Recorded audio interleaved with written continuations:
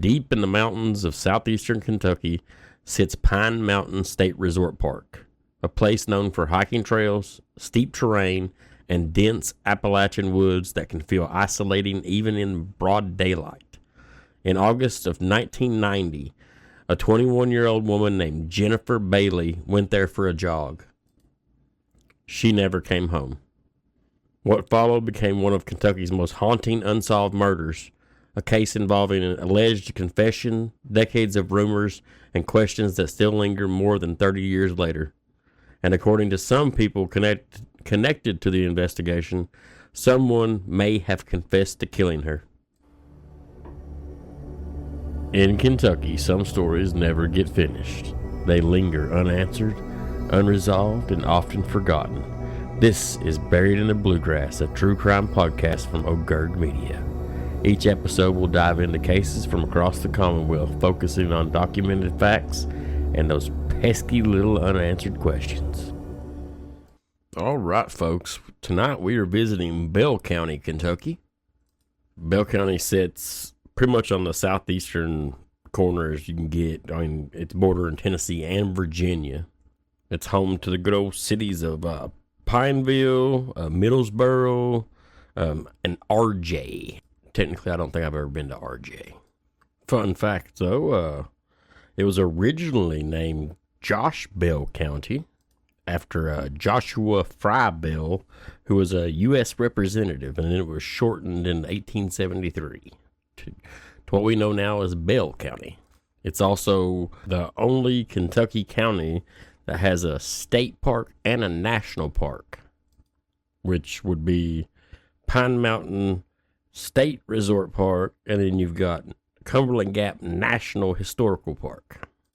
And now, if anybody's been to Pineville, I know the first thing that I noticed, and what I call the zombie walls, they might call them flood walls, but I'm calling them zombie walls. That way, if anything goes wrong, zombie apocalypse ever hits, my ass is going to Pineville. We are closing those gates.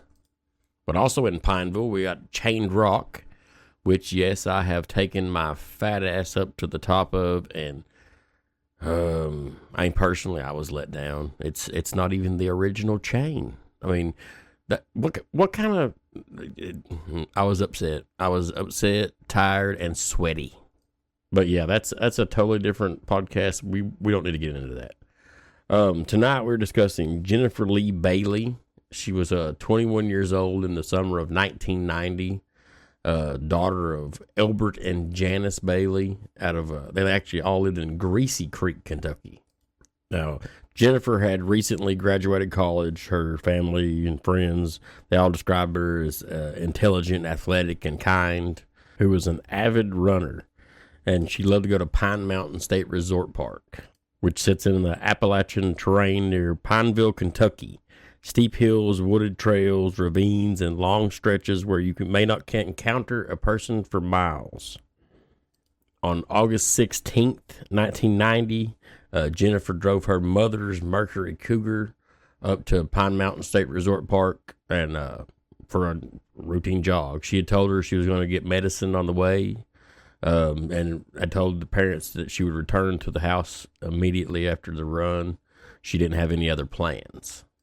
Now, one thing to keep in mind, this is also 1990. Cell phones were not, you didn't have an Apple iPhone in your pocket. People didn't have Find My Phone. They couldn't track you. You didn't have easy access if you were out in the wilderness, especially in eastern Kentucky. So her parents didn't immediately panic when she didn't show up, but within a few hours, they definitely contacted KSP. They knew something was wrong. Being as she had told them where she was going, what she was doing, they were able to put KSP on the trail, and sure enough, they found the Mercury parked. It was actually unlocked. They're assuming that it was just too rough to run with the keys, so she left the keys and left it unlocked. They found the medicine in the bag she had picked up unharmed. It's still intact. Like I said, they found the keys. They found her wallet. Everything was intact and undisturbed. So search crews began combing the area around Pine Mountain. Law enforcement, volunteers, and rescue personnel searched heavily wooded sections, of Bell County looking for any sign of Jennifer. Her vehicle had been located near the trailhead, and Jennifer was nowhere to be found. Searchers continued for days and days, and 10 days after Jennifer disappeared, her body was found in a wooded ravine approximately 1.5 miles from where her car was parked. Now, several items of clothing was missing, and it appeared that she had been strangled. So this is not, she just fell off, a cliff somewhere. That she was on what was known as Fat Track. It was a very common trail with runners, very popular. So she didn't just fall off the side of a mountain. She obviously was strangled. This wasn't an accident. This clearly was murder in broad daylight. Now, obviously, police were chasing every lead they possibly could. There was rumored that a witness had actually seen her arguing with somebody in a black pickup truck in the parking lot. Now, in some reports, I've seen that they only seen a black truck near the trailhead, and others I've seen somebody reported that they seen her arguing with the person in the truck. Now, according to her mother doesn't think she ever made it to the trail. She thinks that whatever happened in the parking lot. Despite the attention surrounding the case, though, investigators were never able to publicly identify the truck or connect it to a suspect. So the case began to cool off publicly while months started slowly going by. But behind the scenes, there was actually a lead. Now, according to later reporters, investigators, prosecutors began hearing claims from jail inmates that another inmate had actually confessed to the Jennifer Bailey murder. And apparently they weren't just doing vague rumors, they had specific details. How Jennifer died, where the body was found, and information authorities believed had never been publicly released. Former Bell County Commonwealth's attorney Bill Hayes later confirmed recordings existed involving these inmates' conversations. And this is where people get a little bit frustrated because nobody was ever charged, even though supposedly these tapes exist. And according to several different reports, they claimed that Bill Hayes claimed that he believed he had enough credibility in the alleged confessions to pursue the case further. One report even claims the alleged confessor later served prison time for an unrelated rape conviction. Yet, Jennifer Bailey's murder remains unsolved. That's why the case still weighs so heavily on the people of Bell County, because this doesn't feel like a mystery with no leads. It feels like a case where there's pieces of truth that have existed for years, but never fully come together in a courtroom. So, 2020 rolls around. 30 years after the murder itself, the Kentucky State Police publicly released additional details in hopes of generating new leads. Investigators described the clothing she was wearing: a white tank top, pastel jogging shorts, a Timex watch, and a black cassette player she carried while she was jogging. Quote, "Someone out there may know where they may have went to, know some type of information. That's why we were saying any information is great information for us. Nothing is too small. If you know anything, may know anything, make that call," said Shane Jacobs of the KSP. Now, there's been some reports that suggest the case has been reopened or for renewed review using modern investigative techniques and forensic tools. Cold cases, they ain't what they was back then. We've got DNA technology that's so far advanced since the 90s. Evidence processing has changed. I mean, sometimes it just takes that one person to say, "I'm tired of carrying this dirty little secret," to come forward. And I believe that's what police want. That's what they need to solve this case. Even though it kind of feels like somebody did do that and they didn't do nothing about it. Wonder who killed her daughter while she was out for a jog nearly 3.5 decades ago. WYMT's RJ Johnson has more on this cold case from Bell County. On August 16th, 1990, 21-year-old Jennifer Bailey would go on a run at Pine Mountain State Park. She didn't come back. Days later, she was found strangled to death. Found her a mile up on the park at a gravel quarry over in a ravine. 11 days later. But it was the worst days of our life. The worst days of our life. 34 years later, Jennifer's mom, Janice Bailey, still does not have any answers. Don't get any information at all, don't know nothing more than we did then. We've had a lot of people saying stuff that don't go nowhere. But why in the world anybody want to kill a young girl like that for no reason? It's just pure devil.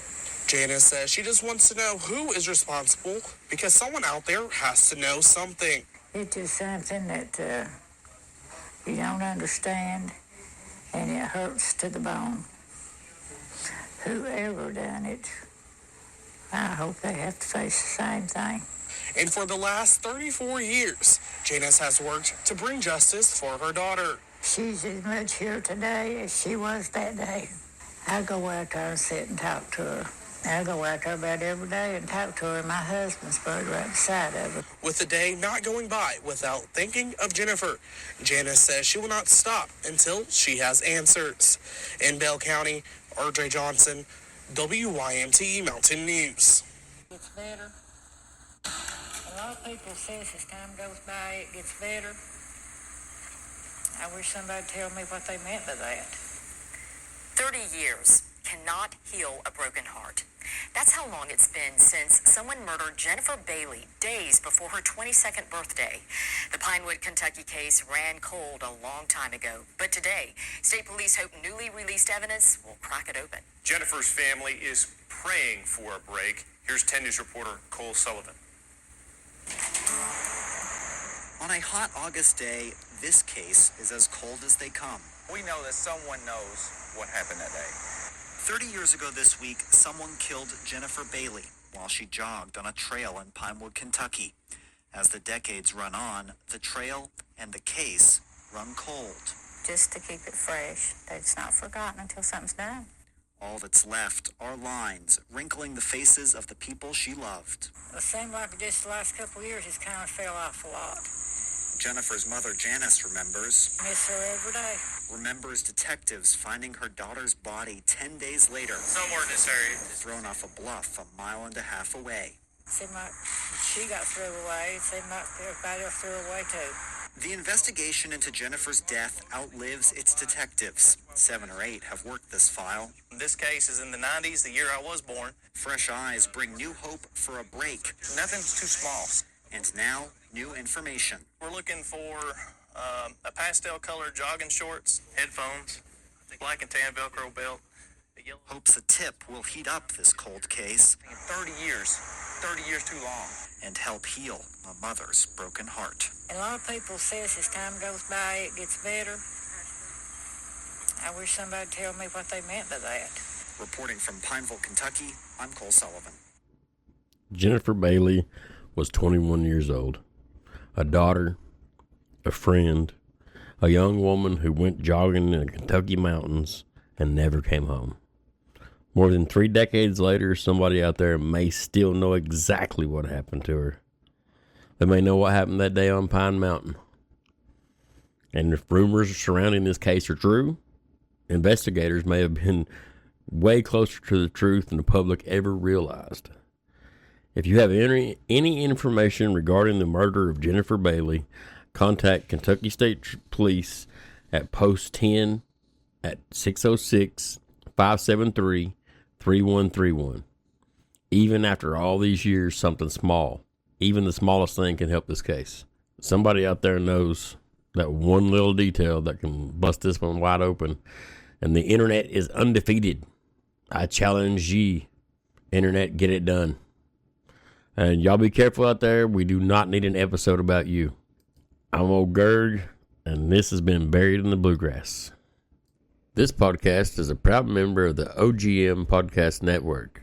You can follow me on Facebook at OleGergMedia, TikTok at OleGergMedia, same at YouTube, and we also have OleGergMedia.com.